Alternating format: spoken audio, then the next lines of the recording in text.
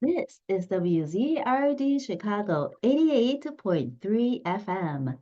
And we have with us at WZRD via Zoom Ian Walsh, musician and a performer. He might be performing for us. Hello, Ian. How are you? Hi, I'm doing well. How are you? Very, very well. Thank you.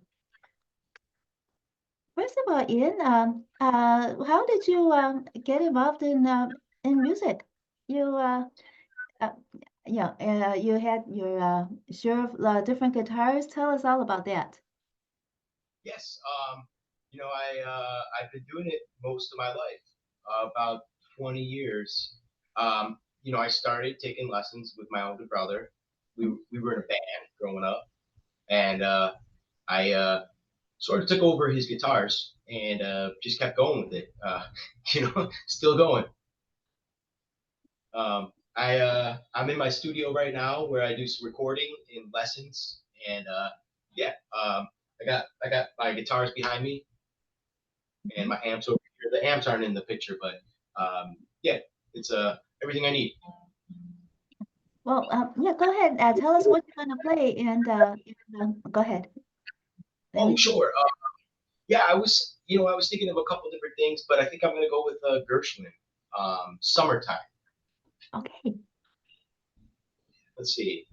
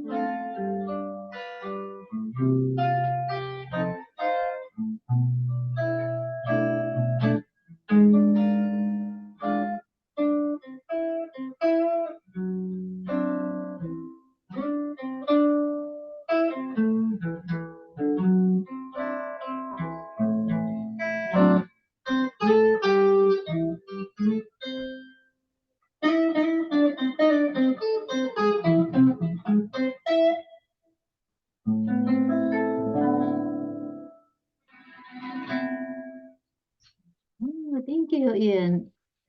Wow. Did you you mentioned that you started becoming interested at 10 or at when you were 10 years old? How did that what was your influence? Were you listening to a lot of it at home or you just emulating your big brother? Yeah, I don't come from a very musical family, but at least none of them would claim to be. Although I think they are. I think yeah, everybody is at some point. But yeah, when I was 10, I took guitar lessons and was introduced to bands like Led Zeppelin and Jimi Hendrix, and Allman Brothers, and the Grateful Dead, and many others too. But I fell in love with the rock and roll blues theme, and I went with that for a long time, and I had a lot of bands growing up when I was in my teenage years, and we used to play at like the ice cream shops and stuff, and all over. But then I had a teacher in high school introduce me to a huge hero of mine, Wes Montgomery, and people like George Benson followed, and Kevin Eubanks, and all that whole lineage of playing with your thumb and 1960s jazz. I could go on and on about that. Um, and yeah, I fell even more in love with the guitar when I found that stuff. So yeah, it's been a lifelong process. You do mainly live performances or do you have any recordings? Yes, I do. I have a SoundCloud account, old Mhm. school. And yeah, I upload stuff all the time. I uploaded some stuff yesterday, and I'm about to upload a new one today. And yeah, I put up all my events on my Facebook and Instagram. Mhm. Um, and yeah, working on the website still. It's offline right now, but it's going to be back up probably by midsummer. What are the when you uh, do you write songs or do you just do you like playing covers more or how are you into composition? Ah, you know, I tend to think you can make any song really good as long as you put your heart and soul into it. Mhm. Um, I love to write music. I write a lot, and overall, I tend to play other people's music more. But I have a new trio that we've been rehearsing every week, and it's all original music, and it's myself, Tommy Carroll on drums, and Bo Berry on saxophone, and we'll be playing this summer. We have some gigs lined up. Um, what is the name? What is the name of your trio again? Ah, the trio's name is the Wrong Trio. We are all band leaders, and involved in many projects, so we tend to sometimes just go by our individual names. Uh-huh. But if we're booking it as that trio specifically, we're called the Wrong Trio. Uh, Wrong as in WRONG? Correct. Oh, okay. That's right. Oh, so how did that come to be? Why wrong instead of the right trio? Ah, well, we play a lot of jazz, Uh-huh. uh, but we do it all. It's all original, but we don't have a bass player. In fact, I'm kind of taking care of that role, unless I'm playing a higher up in the register. Um, the tenor saxophone will actually play the bass part, which is one of the reasons. And also, we tend to stretch. We stay true to the form, but we tend to stretch a lot, and that makes it fun for all of us. Mhm. So is it you mean that no two performances are the same? You'll be improvising somehow in each one. So far, yes, yeah. I don't think we've ever done anything the same way. Um, maybe we've gone off the same idea, same concept, but what ends up happening is someone has an idea and we go with it. A yes and kind of And what about the production when you record for your SoundCloud? Do you uh, uh, have some production services? Do you rent out a space? Well, yeah, I rent out an apartment, and half of it is my studio, and Oh, got I it. I do it all myself. Yeah. Mhm. Well, that's yeah. As long as you know what you're doing, it's easier to do it by yourself than rather than tell people how you want it. Exactly. I find the same thing, and it's been a learning process. I've always been on the other side of recording, the playing side, Uh, and I'm gonna shut this window. But it's been quite the adventure to learn about the recording process and go through and get to the end of the track where you can actually release it.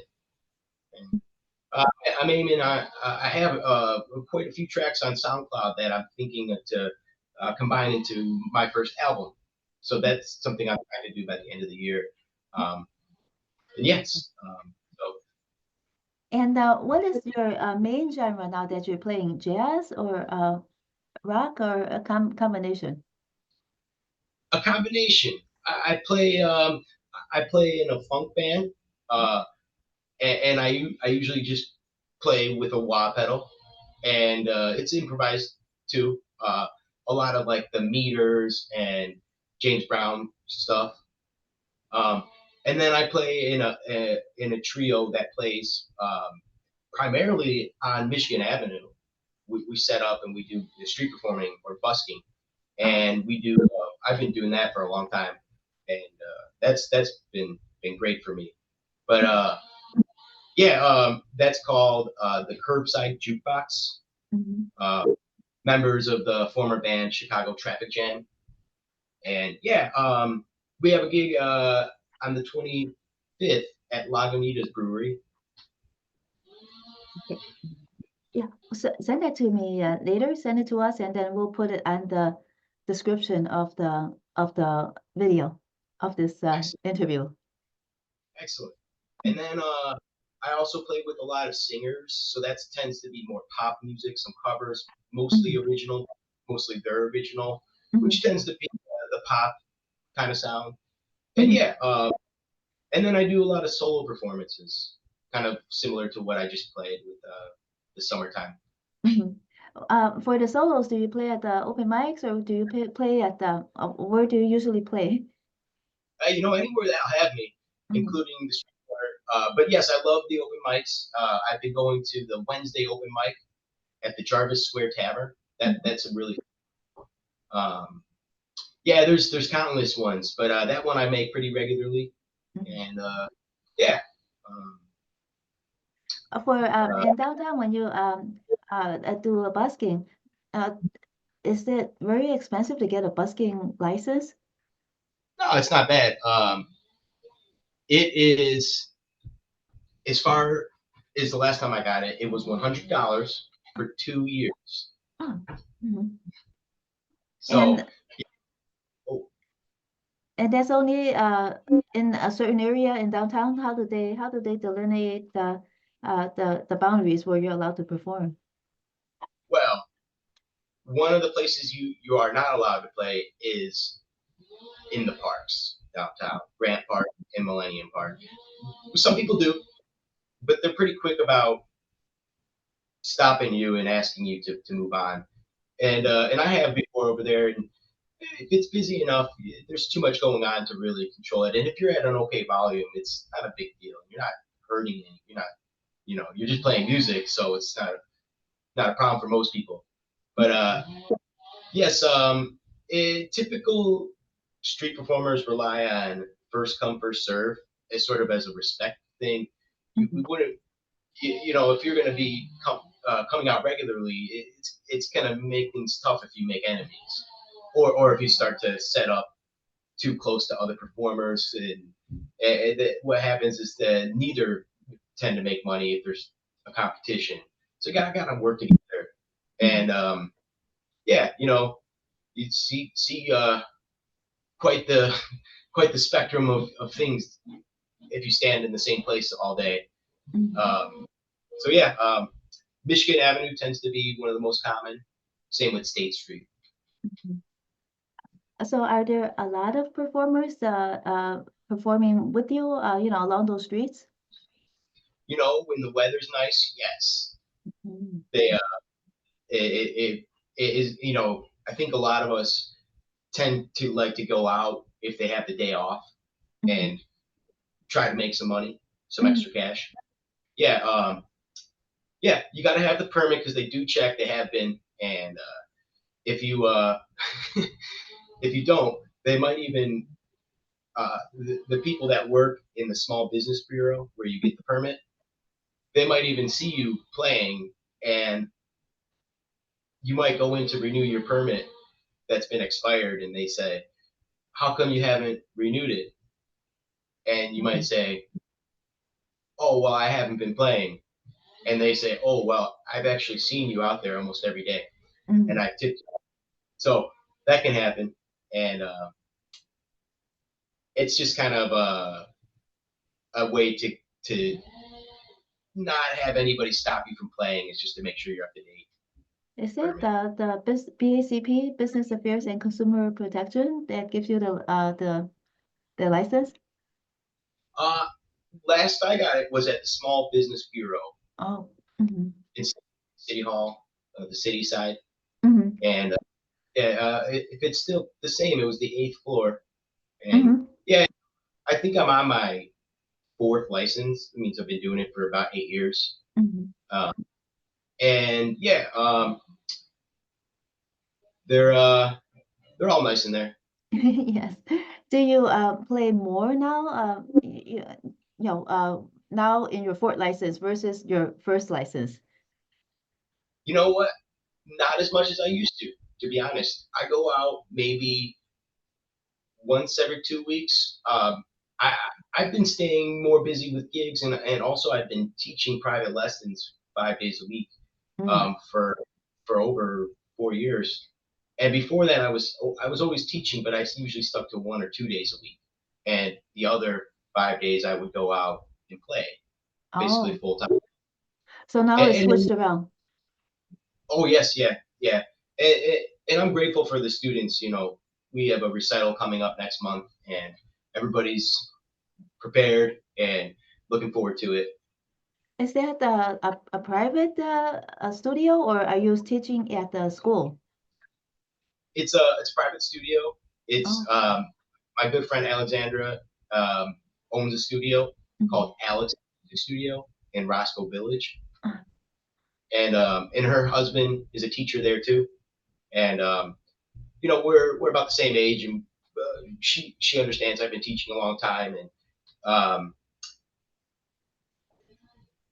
I get some pretty cool students. So How, it's pretty cool. how did you decide to start teaching? It was kind of a continuation of taking lessons. Mhm. Um, it was like I took a lot of lessons. Um, I went to college and got a jazz studies degree, and all Mhm. the while I was taking lessons, and I had a lot of stuff that I wanted to pass back, and just also kind of make sure I know it.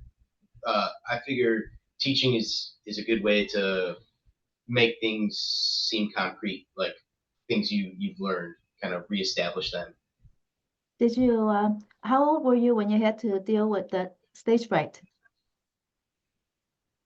Today and every day, not that bad, but I just try to have fun.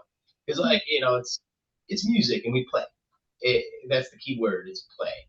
Uh, the Yeah, stage fright tends to happen more when you're not comfortable enough to play with maybe who you're playing with.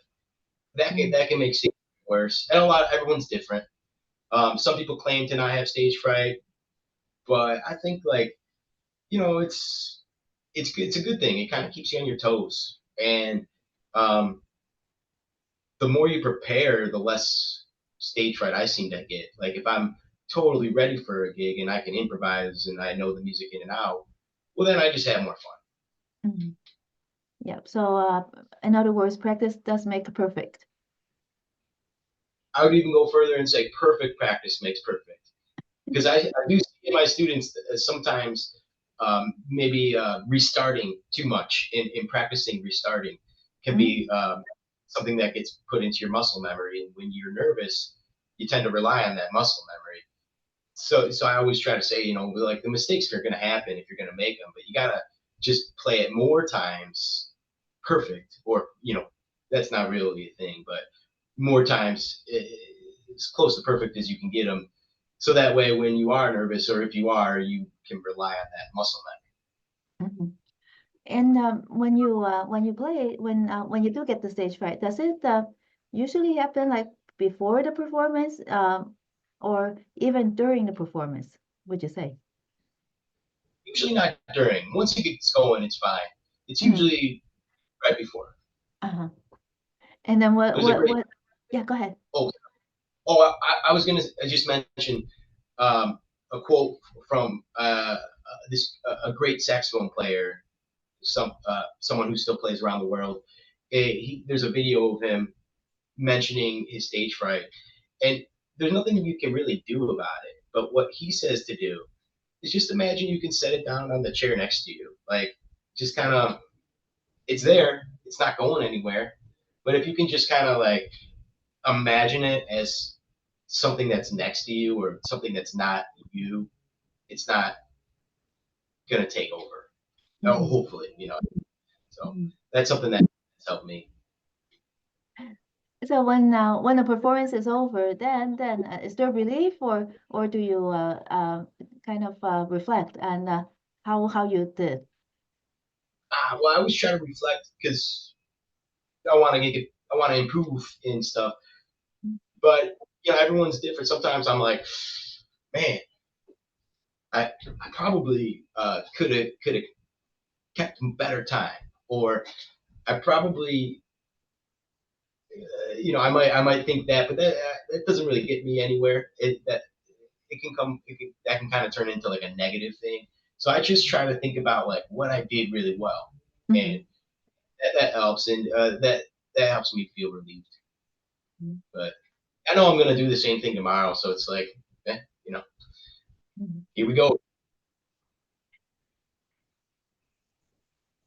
When you were small and so you were already rearing to perform, you wanted to perform, or did you want to listen more? How did you like jump into performing instead of just listening? I I always loved listening, and I still do.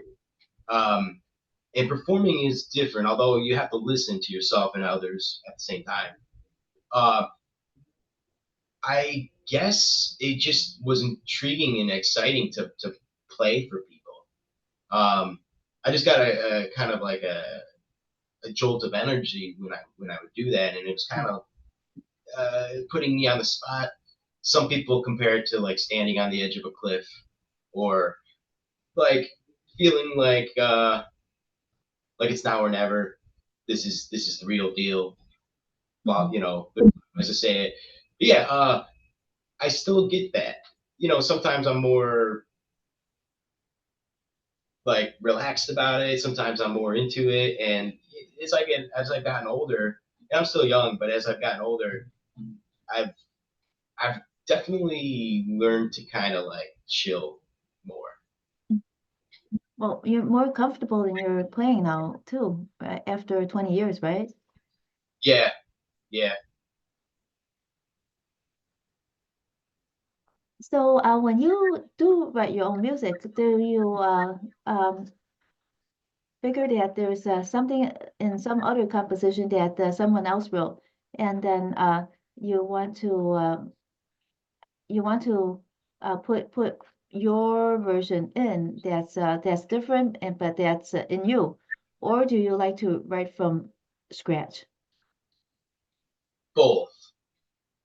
I think the excuse me for not a better term, but the regurgitation, where I kind of recycle stuff that I have already learned into my own Mhm. playing, it's going to happen pretty much automatically. Um, even if I try to not, it's just my vocabulary, it's my language, and there are times where I'll write something just based off of a theme that I've come up with, or maybe something I just imagined and start whistling, and I'll go and sit down and try and figure it out, and then I'll harmonize it, and I'll see how far I can take an idea. And then there's other ones. There's a lot of times I'm playing a jazz standard, and I try to really make it my own, um, but staying within the boundaries of that chord progression and that form. Um, but sometimes it doesn't even sound. Oh, well, if I do it right, you can still tell it's that tune as long as you're familiar with it. But I'm playing around with it a lot and using space. Yeah. When did you start, at what point in your career did you start feeling comfortable enough to veer off from the original? I'm pretty sure that in the beginning you were practicing and practicing so that it's perfect, it's how it should be. But how when did you arrive at that cliff where you were comfortable to take the leap of faith? Uh, it didn't happen all at one time. Hmm. There would be gigs that I played when I was in college, when I was like 20 years old. These gigs were often at wine tastings or even at a local sandwich shop or on the corner, street side. And I would, you know, I I would always try to make things perfect up to a certain point where I just started having a lot of fun and kind of just forgot to keep things perfect. Hmm. And I always call that stretching, like musically stretching. And I, yeah, it would happen more and more as the years go on. And now it's just kind of like, just start the tune and we'll play. We'll see what happens. Um, and I prefer that. Although there's a special thing about practicing precision and getting things really tight, and that's impressive. I like a mixture of being able to play around with the tight stuff. Hmm. Also play back on the beat and also play on the very front of the beat. When you're musically stretching, uh, do you do you find that it's how does it sit with you? When does it feel like stretching? When does it feel like the is coming out of you instead of actually stretching? Hmm. I, I guess I gotta if if I'm in my studio practicing with the metronome on Hmm. specific things, specific tunes with melodies. Maybe I'm even playing along with a tune on my speaker. Uh, this morning I was working on a solo, Wes Montgomery's Billy's Bounce from Finger Picking, his record, and that was not stretching. That was just trying to zero in on what he's playing, what rhythms, and where does it fit on the fretboard. Hmm. Um, and then I'll keep those as like etudes, like things I've transcribed. Like that to me is trying to practice an exact piece of guitar history or piece of the lineage, the language that you know we all tend to gravitate towards. Hmm. And when I feel the need to make it more fun, like if some people are watching, I think the playing around is just fun, and it's fun to hear. Even if you're not a musician, you can kind of tell that something is spontaneous or it's being made up on that spot. Hmm. How old were you when you were comfortable enough with your instrument so that you could start stretching, that you could that you were like free from the bonds of really understanding your instrument? I would say if I had to pinpoint a year, I would probably have been 28, maybe 27, 28. Hmm. And I'm 33 right now. So that wasn't that long ago. But I used to play in a lot of bands, cover bands, where things were supposed to be exactly the same every time. And that always drove me crazy until I realized I could just kind of make a new part up that fits. And Hmm. then I free then to feel good and to feel like happy about being a musician. Uh, Mhm. it kind of feel like I could create. So when you make that part that makes you feel good, are you able to suggest it to the band so that they could listen to it and see if they could also have that portion in the performance, or do you use your own part that you made that you created in another performance, like maybe an open mic or something? Yeah, sometimes the latter. Sometimes I accidentally play something and I just blows my mind that I wouldn't have never thought of that if I wasn't just kind of exploring. Mhm. I usually don't like to talk about it because that kind of, in a way, that the words can get in the way. Mhm. Um, it, once you start to say something is something, then it's not everything else that it could be. And Right. I know that, yeah, it's very abstract, but it's like if I say, okay, this is gonna be like a samba thing, well then that the drummer has a specific idea of samba, and it might not even be the same idea as mine. And there's many variations of that Mhm. rhythm. So like, um, I'm kind of better off just playing and seeing if this can speak for itself, and then uh, if they come in with something that I'm not expected, I might have to adjust Mhm. right there, and that could be really cool because I had to think like that, and I might come up with something that I wouldn't have thought of if I was sitting still in a room. Mhm. Yeah. And it was like about you were about 28 when you got felt comfortable enough to do this then. Or that was when you were familiar with the instrument, but when you were comfortable enough to do all this uh, you know able to deviate and create on the fly, was that even afterwards, or it was about the same time?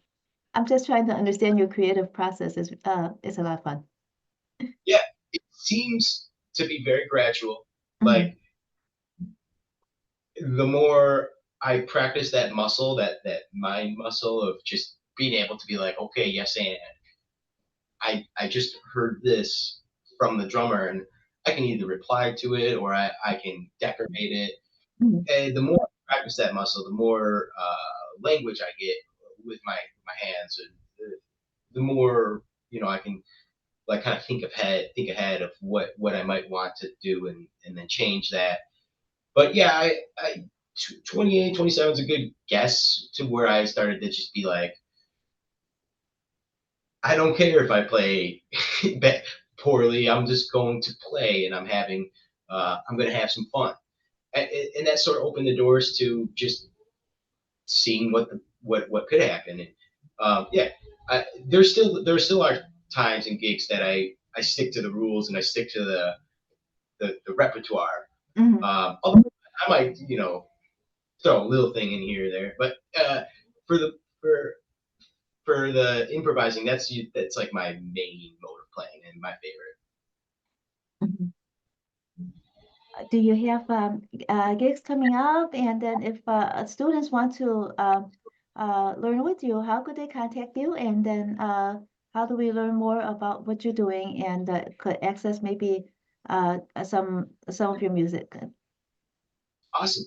Yeah, I can give you the SoundCloud link. It's my first and last name, Ian Okay. Walsh. Hmm. Uh, you can contact me on my email, and that's my first and last name, Ian Walsh. The number's 55 at yahoo.com. And it's the same email. It's my first email. I've had it, for over 20 years.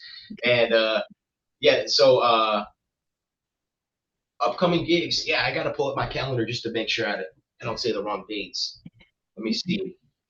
The more the better. So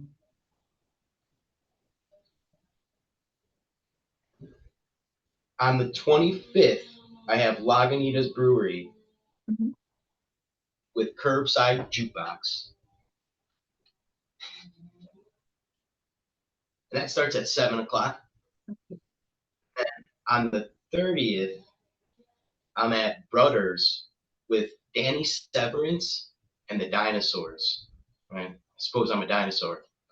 And uh, on the 30th, I'm at Soli's house bar with funk band The Porn Stash. Mm. And these next 2 weeks, I have private gigs and rehearsals, so nothing too much. But on Sunday, I plan on busking with Curbside Jukebox. Oh. Mhm. Oh yes, as well as this Thursday, the 16th, I'll be downtown from 10 to 4, and probably Michigan and Washington, uh, depending on if anybody's there, and if not, there's other corners. But yeah, typically around the cultural center. Uh, Okay. let's see. Was that was that enough, or I have some other ones. Is there a is it on your Facebook where people where Yeah, mm, it's all announced on Facebook, right? correct. And your Facebook URL is at least your name. Yes, first and last name Ian Walsh, same thing. Oh. Um, yeah, And your and same thing. profile picture Oh, depicts what? Just in case there's another person with the same name. yeah, there is a famous surfer named Ian Walsh. I'm holding up my phone. It's Uh-huh. got a picture of me smiling after I just ran, and it's got Ian Walsh Music Company as the back photo. Okay. And let's see, I think I can look up. I don't want to take up all the time trying to figure It's it okay. out. Yeah, Okay, yeah, just and then I have Instagram where I share too, and that's I am Ian Walsh. okay. That's is that SoundCloud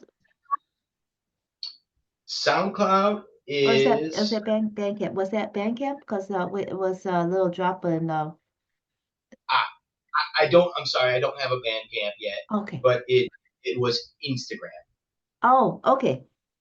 Yeah, at I am Ian Walsh, and it's true. I am. Yes.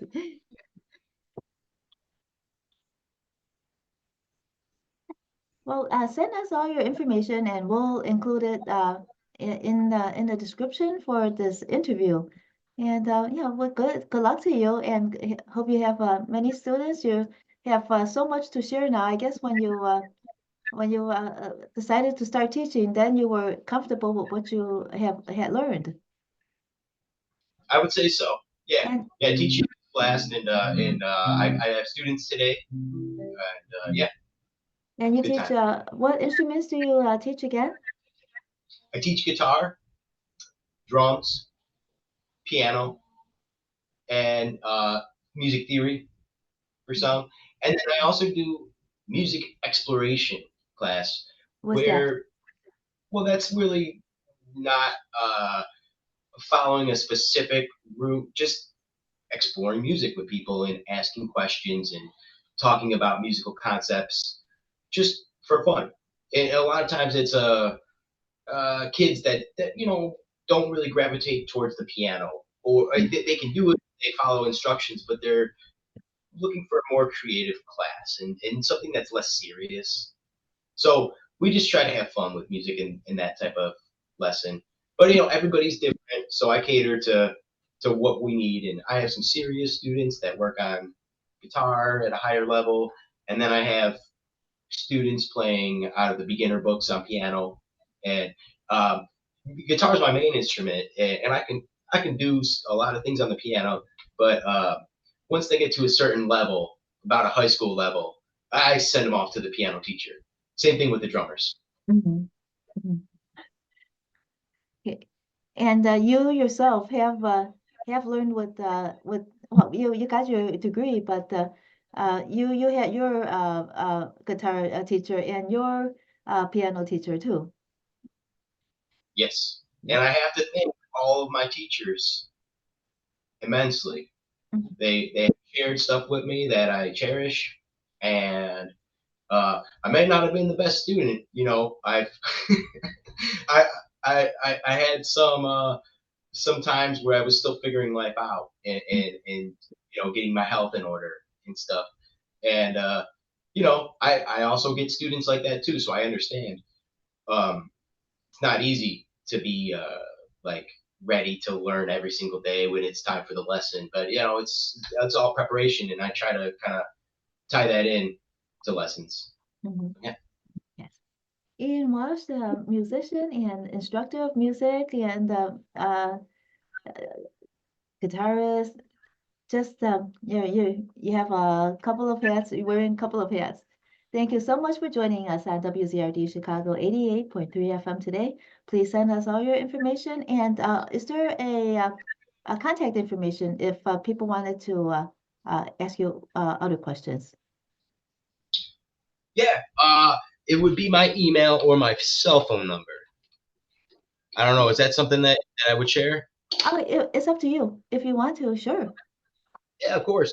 Um, yeah, I already said my email. I don't know if you can read this on the card, Yeah, you could. but that's Yeah, my you phone could read number. it.